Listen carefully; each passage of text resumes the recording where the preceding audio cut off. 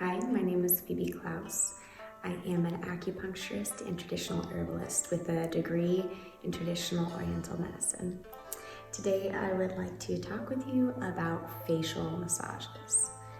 Your face is full of so many different muscles, and they get used so often with speaking and with showing emotion and with eating and even a little bit with breathing.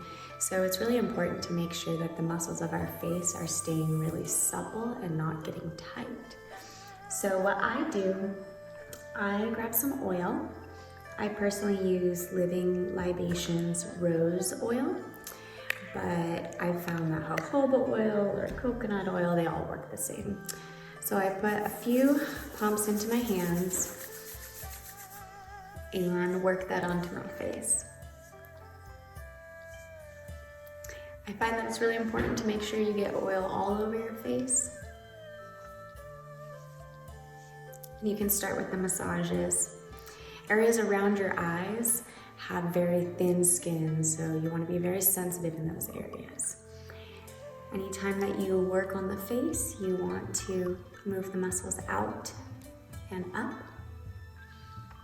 Or you can also use small circles or larger circles. I start just under the eyes as a way to wake up my face a little bit. I can then do small circles on the sides of my nose and just open up the face. At this point, I start to move on to my larger muscles that are associated with my jaw and in front of my ear as well. Going underneath the cheekbone can be really helpful. And I recommend starting with a very light pressure and only apply pressure in a way that feels good to your face. Don't ever do anything that hurts when you're trying to relax and open up the muscles. So right here I find that medium pressure and medium-sized circles really help to open up the jaw. You can do this with your mouth open or your mouth closed, whatever feels best to you.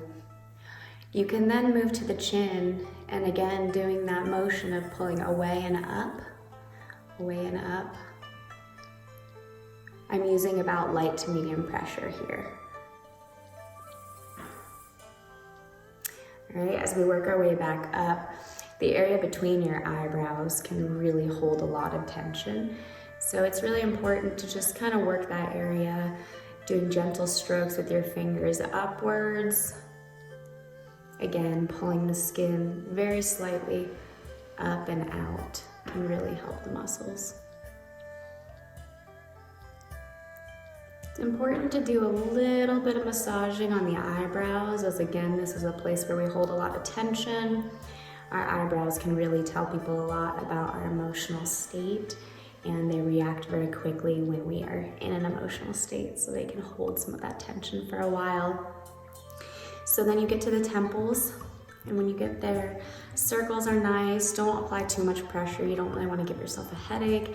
You're just working to relax the muscles there.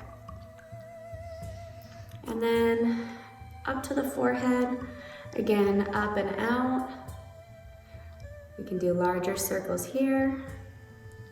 And we're just really trying to move some of the energy through the rest of the face. So when you're done, you can just go back over your face, feeling for any little spots of tension that you might have missed, and you can work through those as well. It's really important to make sure that you don't do any facial massages if you have acne that is actively oozing and bleeding, or if you have any scabs. So thank you so much for joining me on this tutorial, and I hope that it helps.